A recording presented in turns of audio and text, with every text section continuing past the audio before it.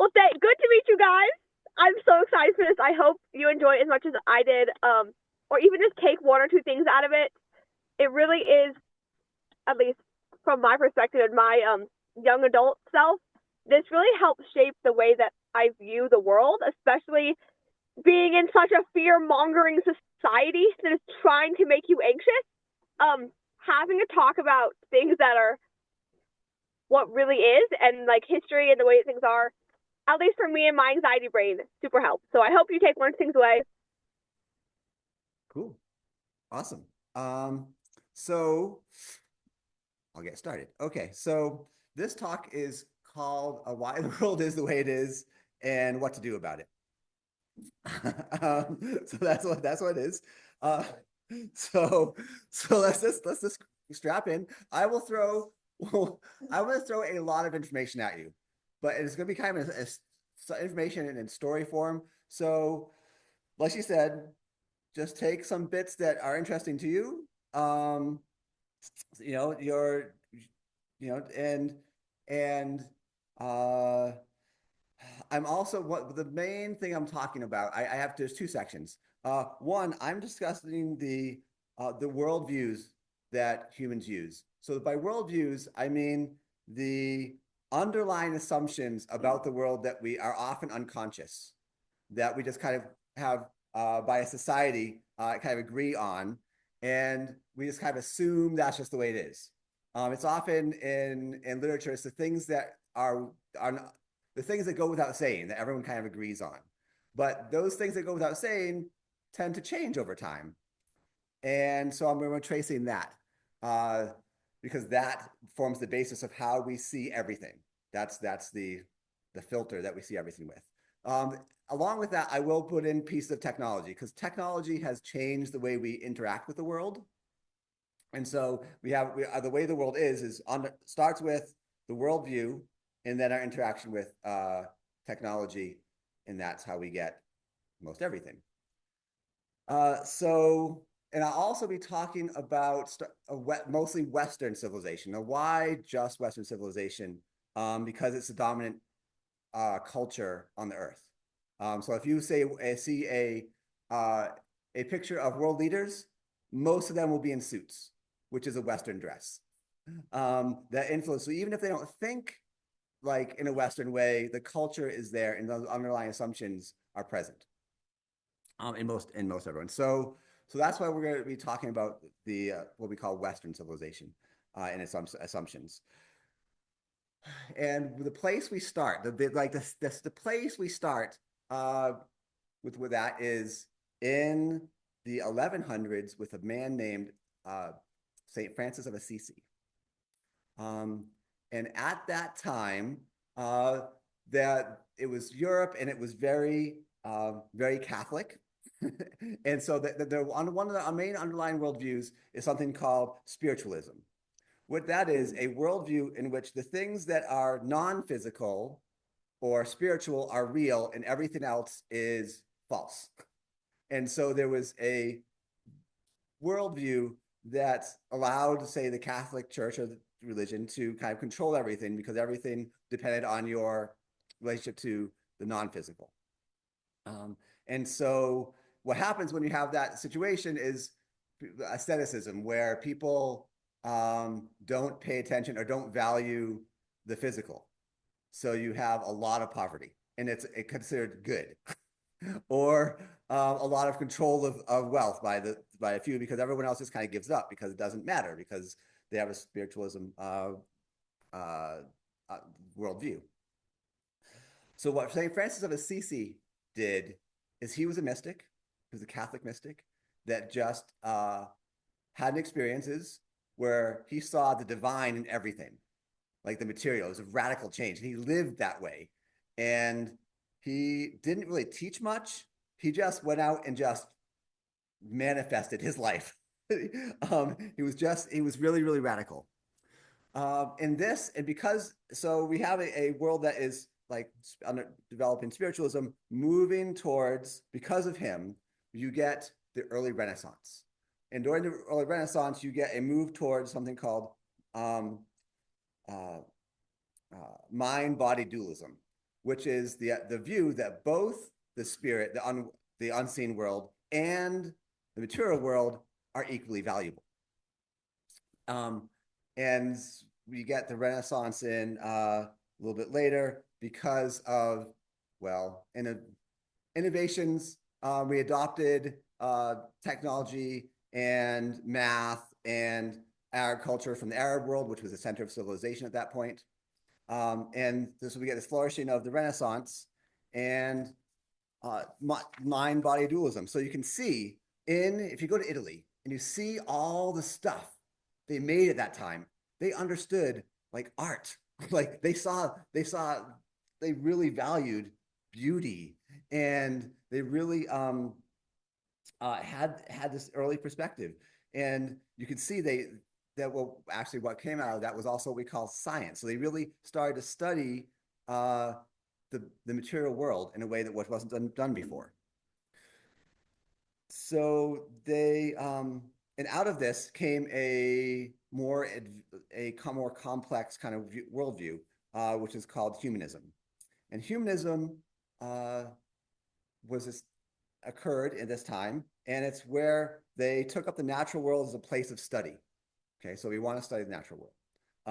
They stressed the unity and compatibility of all truth found in all philosophical schools. So and because they had access to the great Greek manuscripts, they discovered the ancient philosophers, and so ancient philosophy just like got really popular, and they had this idea that all truth was like one thing, and they went out looking for it. They talked about the dignity of man is that instead of the human just was life was for suffering, they said no, life is to be enjoyed, and so they wanted to do. They did that, and there was an idea that there should be a rebirth of a lost human spirit. In wisdom, they feel like just the spiritualism alone stripped man of his dignity, and so we were there to get that lost spirit and wisdom that we had lost. Okay, so that was kind of Renaissance, um, and out of that came some innovations. So they started seafaring. Now, seafaring technology allowed Europe to then interact with more places. So they started not just shipping goods, but also more information, manuscripts. We learned different languages and such. Uh, a little bit later, you get the printing press.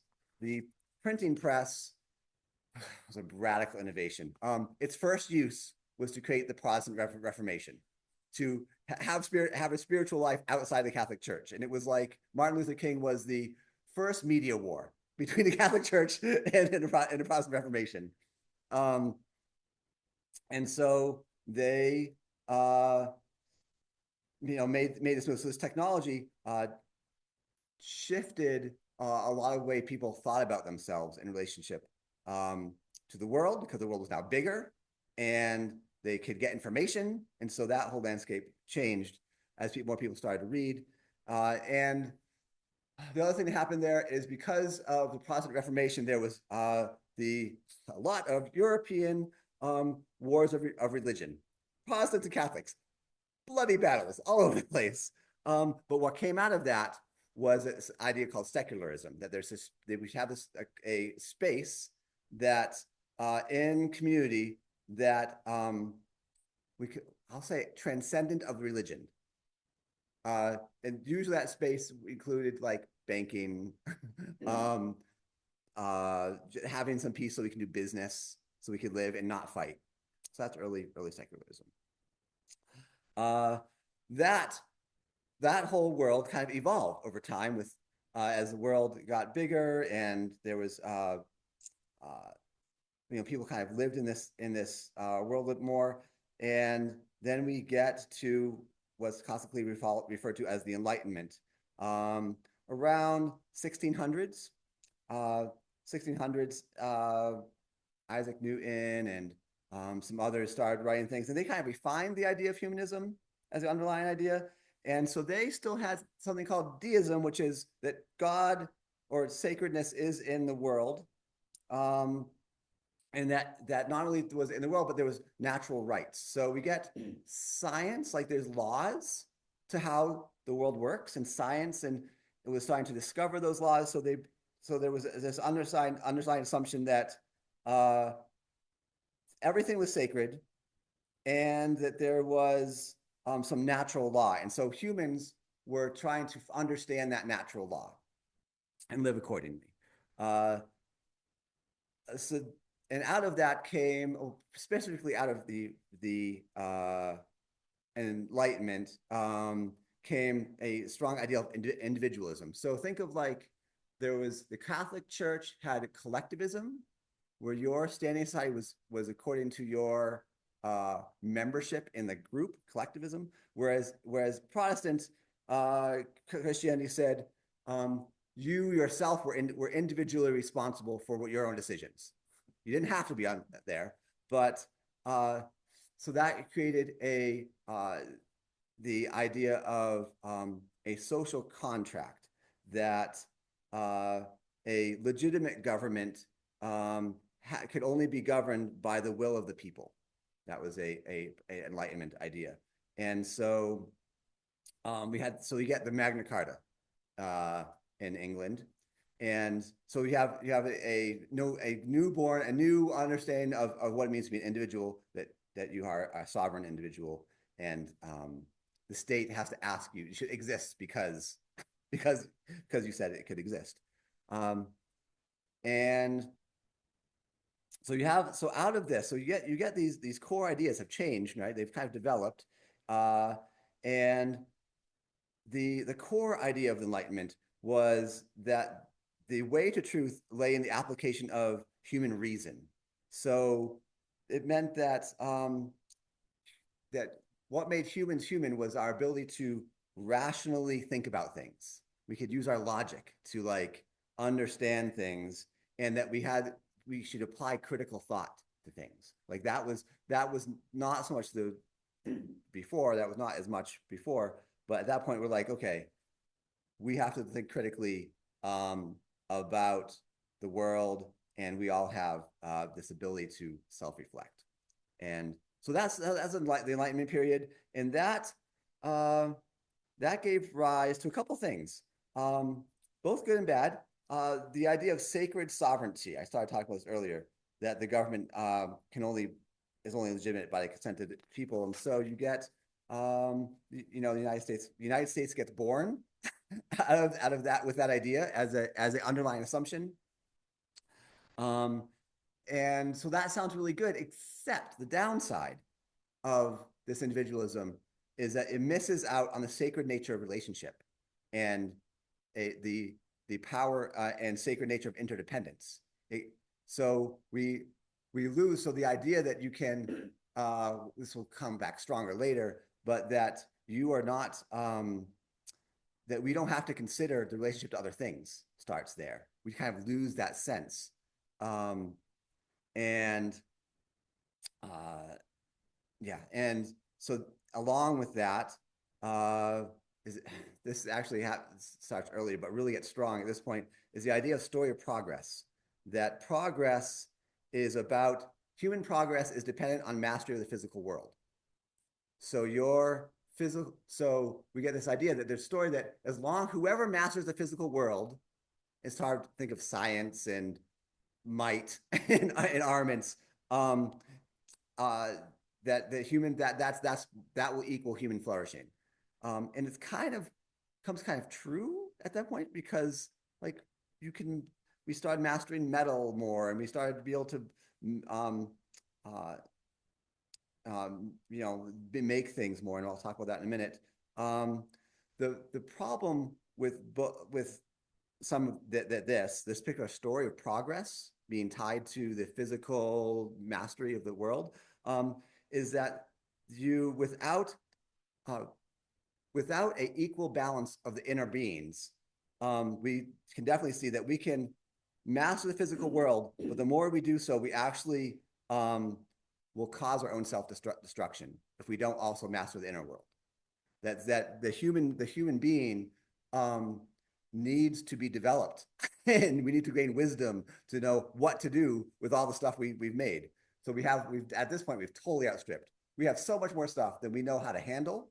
It's not to know what to do with. And it was kind of a crazy pace of advancement, but we don't have the same kind of inner development, right? We don't have wise leaders. We don't have we don't teach human development as a as a as a as much as we do about physical sciences.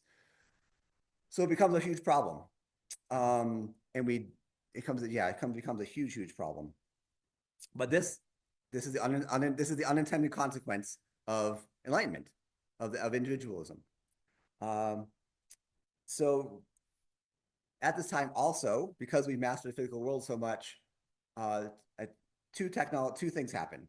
One, the Industrial Revolution, and I can't understate how impactful the Industrial Revolution is. Industrial Revolution completely changed human society. Um, it completely changed the social order. It completely changed our relationship to the material world. It destroyed community. Like its impact is we live in industrial world so much that it's really hard for us to understand just how impactful being able to manufacture things is and the energy it takes to do it.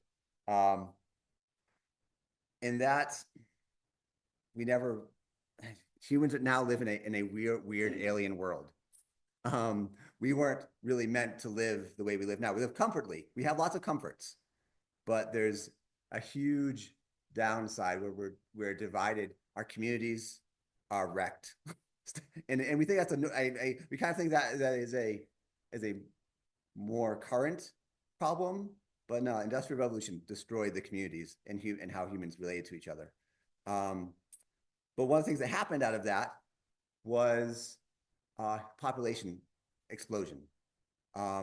As the social order changed and as we got more, lots of reasons for this, and some reasons are debated on why you have population explosion, but wherever that social order got changed, wherever the industrial age moved to, the population just would skyrocket wherever it went. And there are some, at first it kind of went down because it was like messy and disease and stuff, but as soon as we got a hold of public health, people just had lots of kids and they survived and they just, this was so think about this.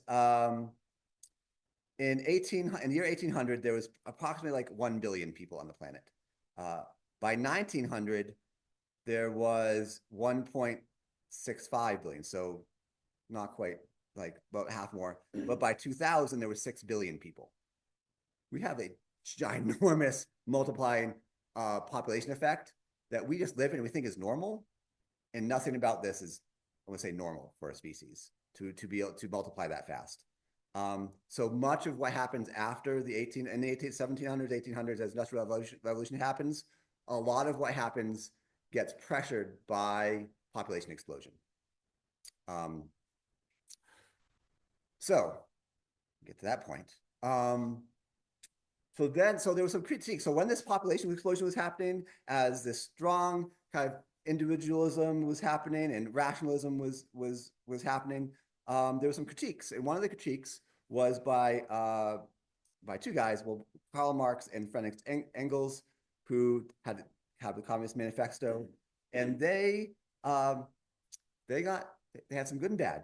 They said, this manufacturing thing is going to change you. They were observing the changes it was making in society. And they were talking about how workers specifically, right, the social order was changing so that workers could be exploited, and which they were, let's be clear. And they correctly predicted monopolies and a bunch of downsides to the social catastrophe of capitalism and industrialization, which they were right in that respect. The downside, the thing they got totally wrong, absolutely wrong, is they use a worldview of oppressor and oppressed. They said that the oppressor will be the people who own things, and the oppressed will be the people that don't have things, and there should be struggle between them. The problem, this huge problem with the oppressor oppressed worldview, is there are only two roles, the oppressor and the oppressed, and each role takes both. So the more an oppressor, and we see this again, I can go through lots and lots of history. Every time, not every time, but most times, 99% of the time, an oppressed group gets the power to overcome the oppressor, they become the oppressor. Like it just switches. And actually, they're often worse.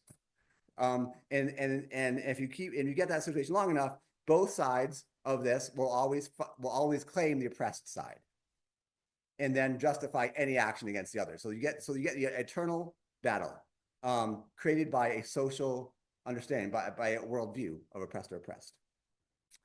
They got that wrong, and so when Marxism went west,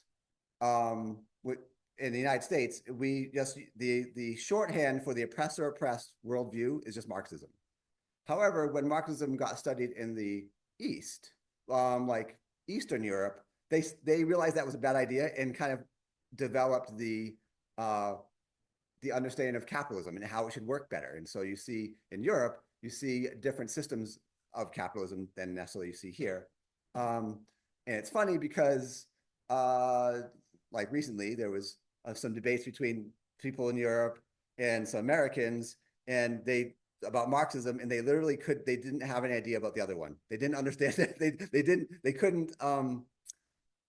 didn't understand that one was just talking about oppressor oppressed, and the other one was talking about market systems. Like they couldn't even communicate. So that's the thing. So then we get through 1800s into early 1900s, and so you have this effect of giant population starts to explode, and you have industrialization and science just hammering away at the human psyche. And so what you get is a strong turn towards materialism. Materialism is the underlying worldview that only things that are material are real. So it's the opposite of spiritualism. It's the materialism, kind of oppressive materialism, and it gets in everything, like religion, everything gets reworked through a materialism worldview. And I would say I'm in Utah, in Mormon country, and that particular religion is a hugely materialist like worldview. That's why it fits. That's why it's kind of succeeded, is because it fit that there's nothing like anything that's not materialist exists. That's how it's viewed. And so we kind of lose things when they do that. So there's three ideas in the 1900s, early 1900s, three worldviews kind of change there. One is something called I don't like it. They come up with weird names. I'm just saying they come up with weird names at this point. Inhumanism. Inhumanism is this idea mostly in the American West that says that the only limit we should put on humans is what they can think of and what they can do. Think of this as individualism, like strong individualism, that you are free, and that we talk about this a lot, that you can do whatever you want so long as you don't hurt another person. Like we have this idea, and there should be really no limits. And so at that time there was no freedom was to be able to do whatever you wanted. But think of that, they're missing the interdependence. That sense of interdependence is missing. And so the amount of hurt you can do, and you don't really understand that you're relating to other people all the time. The false idea that you don't affect other people, like that just doesn't exist. Or nature or things. They just lost that sense. And so they said, oh, you can do whatever you want. And that was a good value, which has some truth to it, but is very limited. More in the East, they had some other ideas. Again, these words are called empiricism and rationalism. This is, and they contradict each other. Rationalism says that the things that we can know that are most true are known intellectually. comes from a thing called Plato that Plato and Aristotle did that say, what I mean by that is that uh, you can draw a triangle and it will always have a variation if you look close enough. In the intellect, you can create a perfect triangle only in the mind. It's the only place where it exists. And so therefore, ultimate truth exists in the mind. Um, something like that. Empiricism says the opposite. It says that all experience is because of experience. And so the things that are really real can only be experienced thinking of an underlying assumption is materialism. Like the only things that are real are from our experiences with the physical world. And so science at this point, that's an underlying assumption of science, that it's materialism and that's the limit of our senses, and that's only real. So we have this empiricism and rationalism that are kind of contradict each other. They're like one, and they fight. Early 1900s. So let me play this out. America is the home of inhumanism, freedom, and rationalism. Mostly happens in Germany. Germany is highly educated, highly educated. One of the most educated places in the world, along with Japan. And they understand, they're so intelligent, but there's a downside to intelligence, that they seek to bring that imaginary perfectness into the world, like as a because of the underlying worldview. Yeah, okay, that's kind of happens. And so we have a fight. And so what happens is this modernism of worldview gets critiqued by the world wars. Like these systems fight and don't get along and cause world wars because of the population's underlying worldviews that are going on. So, but each has their own they each have their own problems. And what happens after this, after the World Wars, especially the Germans at Frankfurt School are like, what the heck happened? We need to figure out why this happened. And so they developed something actually in the 30s, called the critical theory. Because they're like, of course, if you just have a world war, you're like, why did humanity almost explode itself, right? And so they legitimately try to figure this out. In the critical theory, they said, now I'm going to quote this so I don't get it wrong. It says, explains, so let's think of this post-World War, in between after the First World War and then definitely after the Second World War. This is what they're thinking.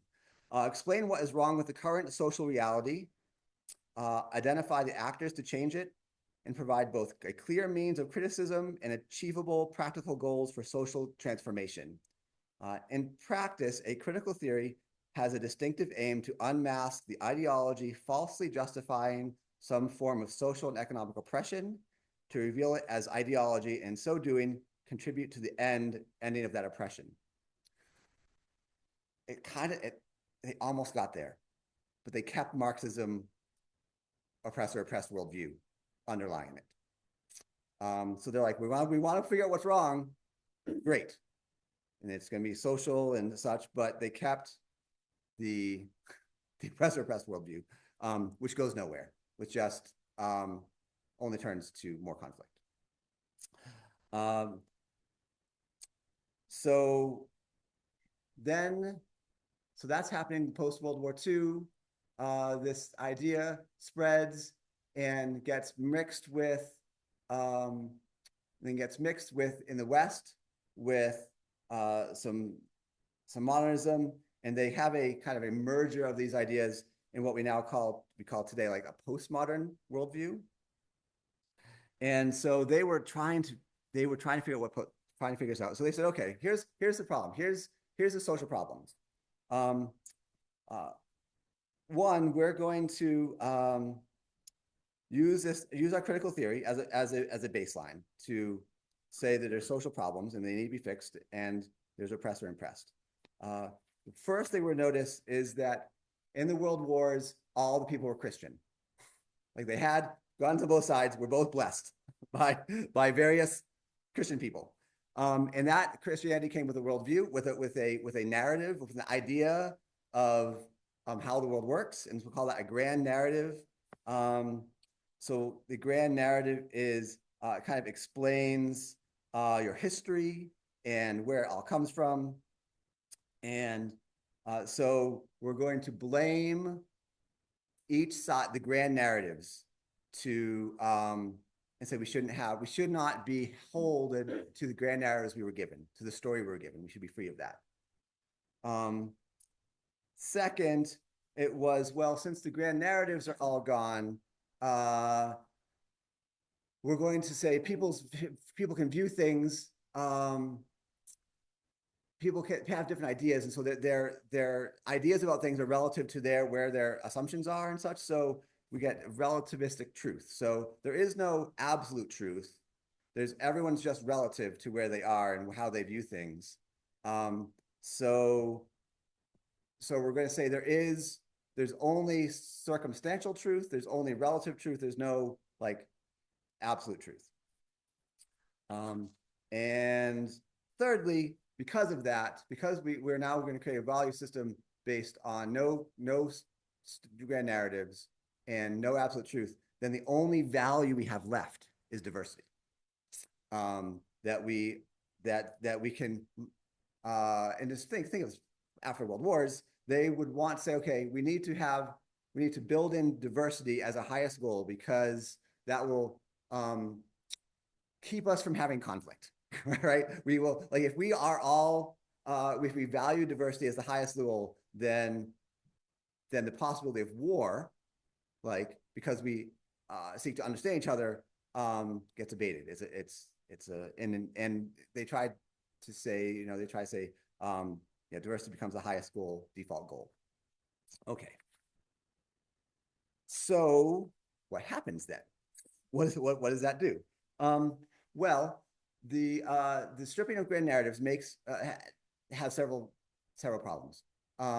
One, in order to develop any kind of community, you have to have some sort of shared story, over like a story. And so we see in the years after from like 1970s really to the present, which is the most postmodern area, people don't join things. Like all the clubs, all like churches, like we just have a underlying assumption of no grand narrative, and not wanting to participate in any kind of grand story, because it could be wrong.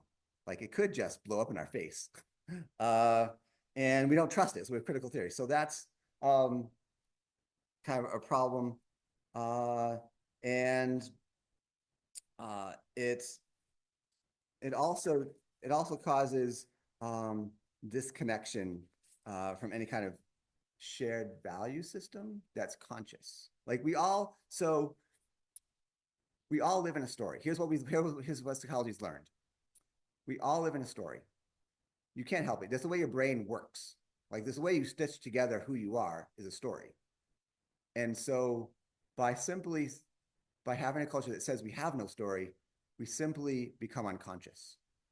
Like we don't think about it. We don't have a story to live in, or one that functions that we like. And so we get piecemeal one, and it's mostly just hidden from us.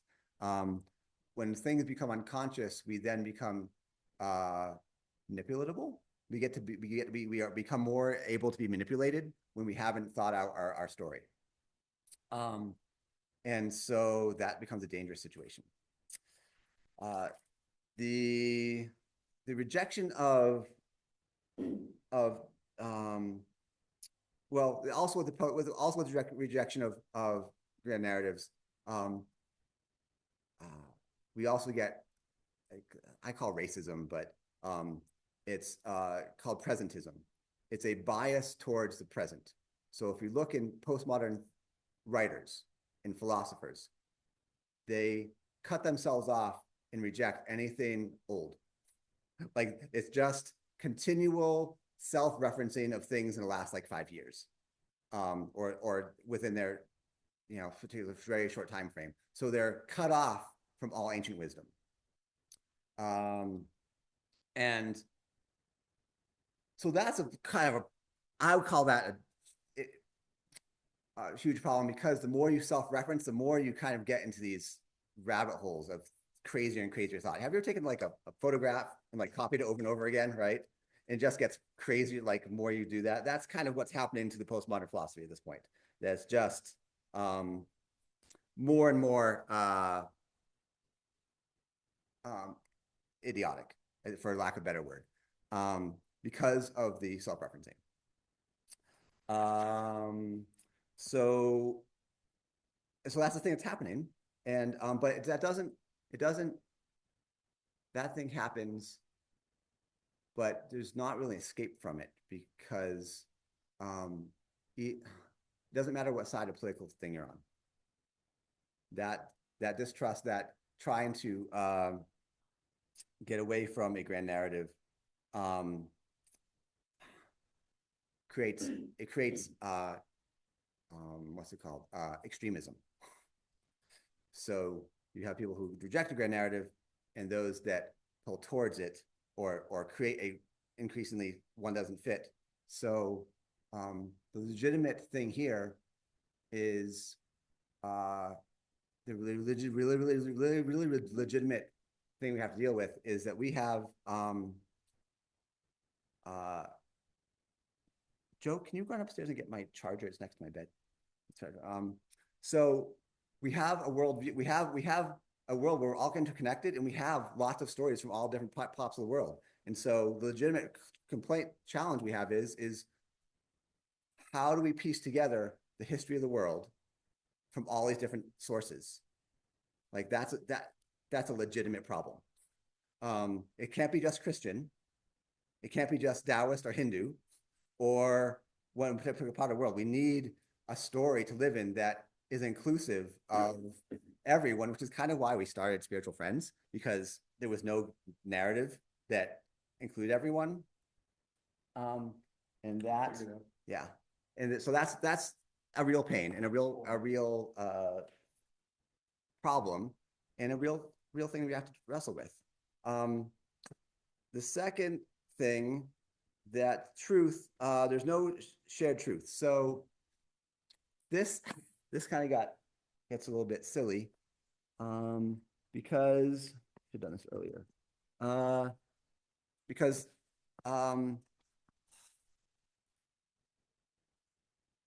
what the true thing is that we each have our own perspective. That's true. Everyone has their own perspective, but we share physics. Like we have a shared physics that's more. It's also, I'm going to say, material. We'll start with material shared physics. And so a truth can be a shared experience. Like even if you have your own perspectives, the physics of the world doesn't matter if you're Chinese or Hindu.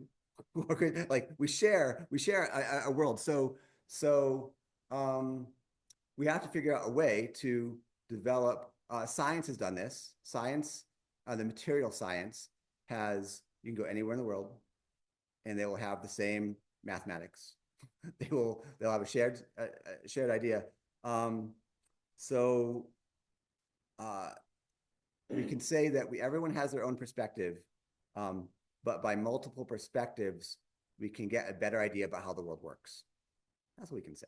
But if you don't have that perspective, if you're like, my truth is just my truth, and I don't have to like understand your perspective because my truth is my truth, you become dumber.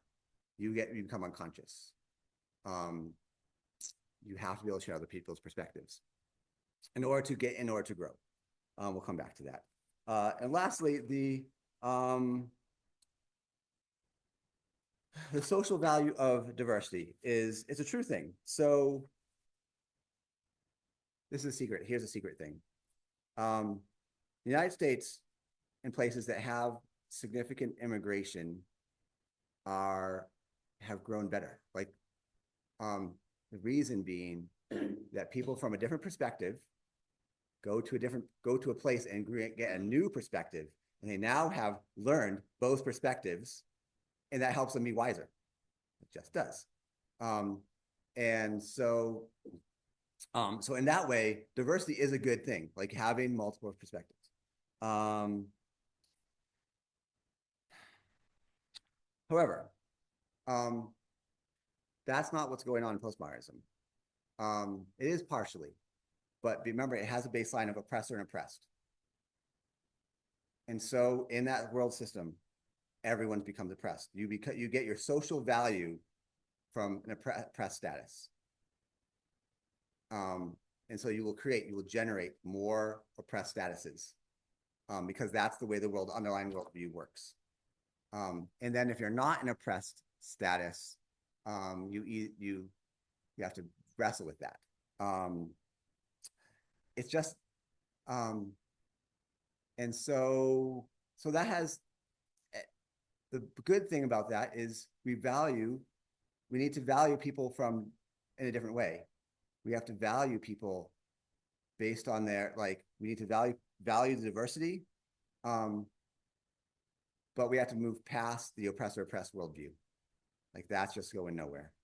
And it only leads to conflict. Now, that doesn't mean that the oppression doesn't exist, right? We create the world. That worldview creates that system. But people like Mahatma Gandhi, Martin Luther King, broke out of that.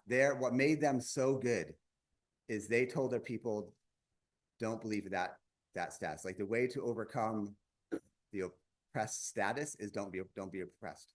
Like do the things to unite yourself with your oppressor, which is crazy. If you're in that worldview, it's a crazy thought, but you are not separate from them, and they are not separate from you. And so we move to that world.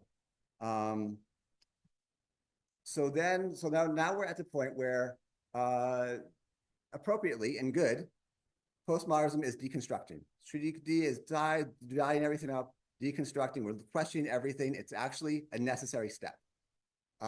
We need to have it, but it can't stay there. We have to reconstruct something. In the postmodern thing, you can only question. It's only deconstructive tools as far as worldviews. It only deconstructs. We're moving now towards around the corner to something like we need to construct something. We need to build something that will make a better society. We can't just divide ourselves. And so enter what's now commonly called metamodernism, a world under worldview. I don't like the word modernism because that to me is the extreme individualism of 1900s. I'm like, we need to move away from that. But it's okay. Metamodernism is about self-reflection in order to reconstruct the self and society. It's Thich Nhat Hanh calls it the way out is in. And it's based on sincerity, hope, the potential of grand narratives and return to universal truths, while not forgetting, this is important, while not forgetting the very, very important lessons we learned and are legitimate from postmodernism. Now, there's many people who just postmodernism is evil, blah, blah. I'm like, no. It taught us, it's a conduit to wisdom. We have to learn from it, but we can't stay there because we need to progress. So what society is moving towards, you can see the deconstruction all around us. Right now it's 2025. We have a presidency in the United States that's continuing vast deconstruction.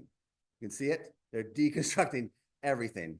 All the world order. We're just deconstruction crazy. Makes us very anxious. But when you deconstruct, you then get an opportunity to build something. This is actually in a personal development, right? There's in spiritual growth, there's a deconstruction of yourself. You have to get to know yourself. You have to deconstruct yourself all the way down and then you can build again. And that's what we're doing at a societal level. And so there's three things that get us where we want to go.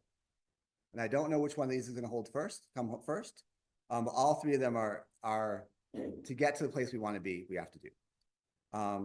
One, we have to move from materialism back to mind-body dualism.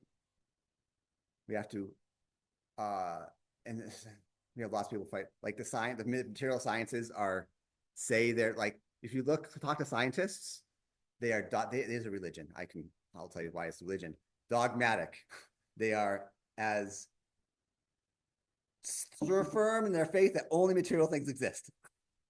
Like it's a religion that stops at the material world. I'm like, but that's not true. Like that's not real.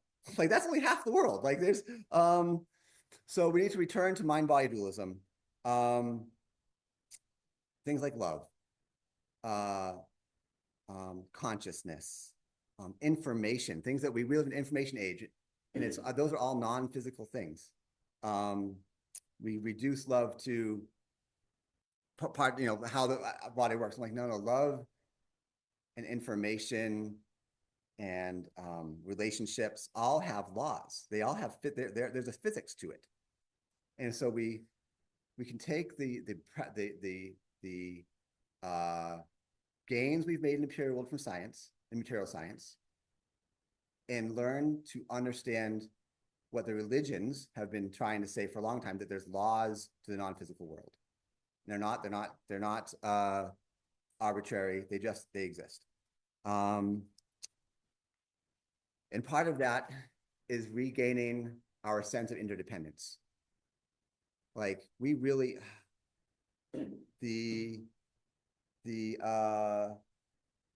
our relationship to the natural world is seriously in trouble. Why does that exist? Because we lost our with manufacturing stuff, we've lost our connection to the natural world. And we're going to suffer. We're suffering because of it. Because out of that pain, we have to regain that sense of interdependence with each other, with our nature, with things. We have to move away from I would call it toxic individuality to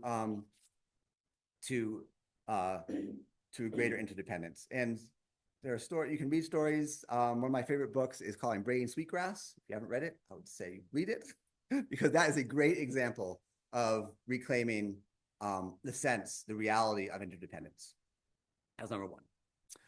Number two, the next thing is we have to build new narratives. We need a narrative that includes everything.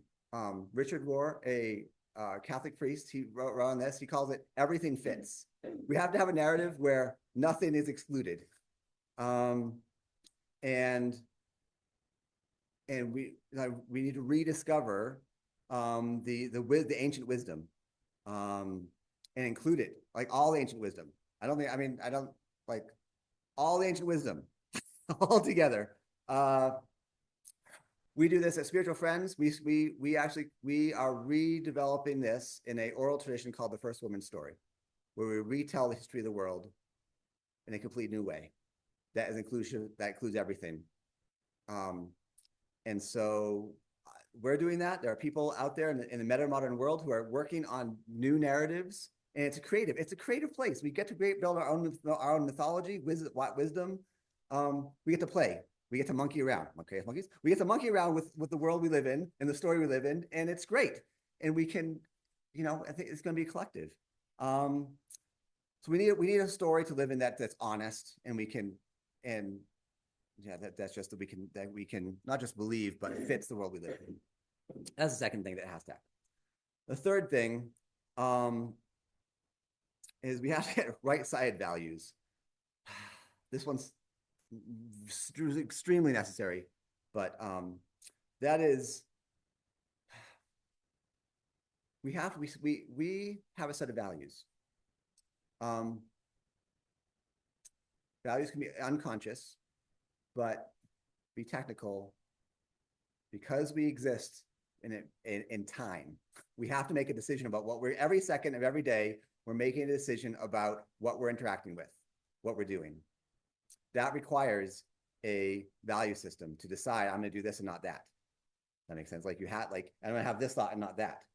We are forced into a value hierarchy by the fact that we live in a material, physical world, and we have time. We can only do one thing at a time. It's forced on us. We can't. Um, so what do we value? So we want to have conscious values that align to human flourishing, to human maturity. This makes me so both. It has great potential and super frustrating because we know how humans develop. We know how spiritual development works.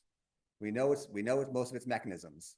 We don't teach it anywhere. Like it's not anywhere, but like we should, as humans, have an idea about what the lifespan looks like and what wisdom looks like, so that we can get more people along the path and know what wisdom looks like, and so we can put people in place. We can raise up actual wise people to help govern us and to help like solve our problems and such, and not just play to whoever makes us more fearful or whoever is the most charismatic.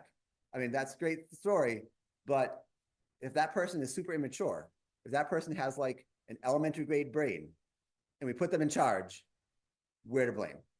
We value as a society because we value the wrong things. And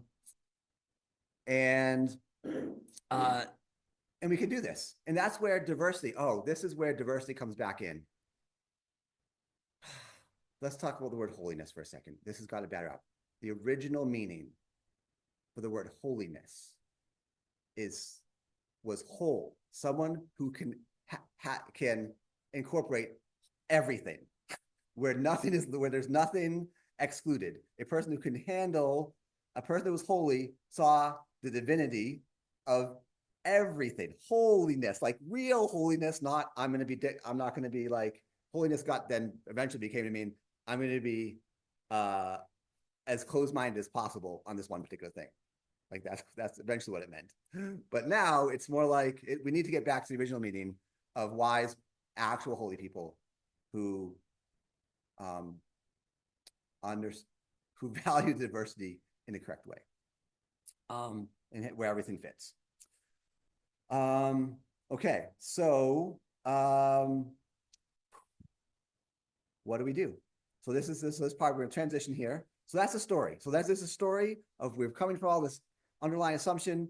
We're at a place in history where hopefully we can more consciously and collectively learn from the past, learn the good lessons from the past, and consciously create a society, a worldviews that will serve humanity better. And we can do it with information technology. It's totally possible. It can be viral. Like we can have viral things happen. So here are some ideas. Here are some things that we do. First of all, not understand that no matter whether we like it or not, we are engaged in this work. We live at this time. We are part of this transition. So because of the time we live in, we are part of the transition. Transitions are painful. Have hope. First of all, have hope that the transition we're going through is likely to get harder before it gets better. That's just the likelihood. I cannot force it to you, but it's really easy to see things will get bad before they get worse, before they get better. I mean, have hope. Engage in the work. Seek to become more conscious. There's lots of spiritual work. I do a lot of meditation. I do a lot of reading. I encourage others to meditate. Get good teachers. Seek to bring the things that were unconscious conscious, to be more human. Personal development is try to be in the best way you can. And Spiritual Friends does this. We have frameworks and such to develop personally, because we need more people develop farther along the path. So that's what we're doing personally, and reclaiming community. Communities have been stripped from us. We are my generation hates community. Essentially, we don't like it. We don't join things. We stay away. And developing communities where you are. So developing wise communities. Um, I do meditation communities. I'm involved in this work. There are lots of partners. It's interesting. So many people are lonely and are working on personal development. They're like, I'm all by myself. There's no one out there. And their neighbor two down is like, I'm all by myself. I'm working on personal development. And there's so many separate people. They're just working on personal development and all separate. And so we have information technology. We have just it's a hard work. This is a hard work to get over our insecurities and build communities, even small, and they will grow. And so understand this. So I'm going to give you a framework, and then we'll go to discussion. One of the first frameworks for a new story is this. So to make the understood world make more sense. Definition. And leave with this. The thing that makes humans unique. One of the things that makes humans unique is that the thing that makes us special isn't that we're faster, isn't that we're stronger, isn't that we have armor on us. The thing that makes humans special is that we are like information foragers. We seek to understand our environment and understand it better than any other creature. Like that's what makes us dominant, as you can see. And that's been true of all humans, at least sapiens. I'm saying all humans, but I'm going to specifically refers to sapiens. Anytime a human community tried to understand their environment, understand the world in a structured way, in a way which in story and ideas, we'll call that religion. Religion is any structured approach to reality and transmitting reality. Look different. It's all the same. It's all structured reality. Spirituality is more an individual thing. Like I have to grow myself. Spirituality is a unstructured approach to reality. So we have to explore ourselves. So we all have to explore reality ourselves, and navigate the world. So we are all spiritual by nature, whether you like it or not. We're all like that in this definition. We're all trying to grow. So you can be religious, like people have very structured ideas of the way the world works, but not be spiritual, have no spiritual personal growth. But also, I know people who live in structured realities, which do have personal growth. And you can be very spiritual, right? And you may, because you're just trying to understand the way the world works. And you may not have. You can just take what you need from the structured realities, from the religions. In this structure, things like science fall into a religion. That's why I called it earlier. Science and various philosophies we have today are just structured way of looking at the world. They're just religions. The greatest one example of this is Buddha. Buddha created a non-theist. It doesn't have anything to do with God or anything. Just a structured understanding of reality. Buddha was one of the greatest first scientists, I would say, scientific movement to look at the world in a structured way, which is empirical and such. So anyway, that's helped me put things together. Like, that's why all these things kind of look like religions. They have dogma and they have beliefs and in-group and out-group. They're just religions. We can learn from them all. So that's just a framework that I use. One of the first frameworks I use to kind of make everything fit. What things I think you think I got right? What things you're like, you're off on this? Because I've been through iterations. I have no ego in this. I don't care. I'm looking for trying to understand the world just like you. And so this is what I've understood so far, but I'm very limited. So okay. And then what to do about it. Like I gave you some ideas on what to do about it. We're in this transitional phase. what are some ideas? What are some ideas that we personally can work on and as a community work on?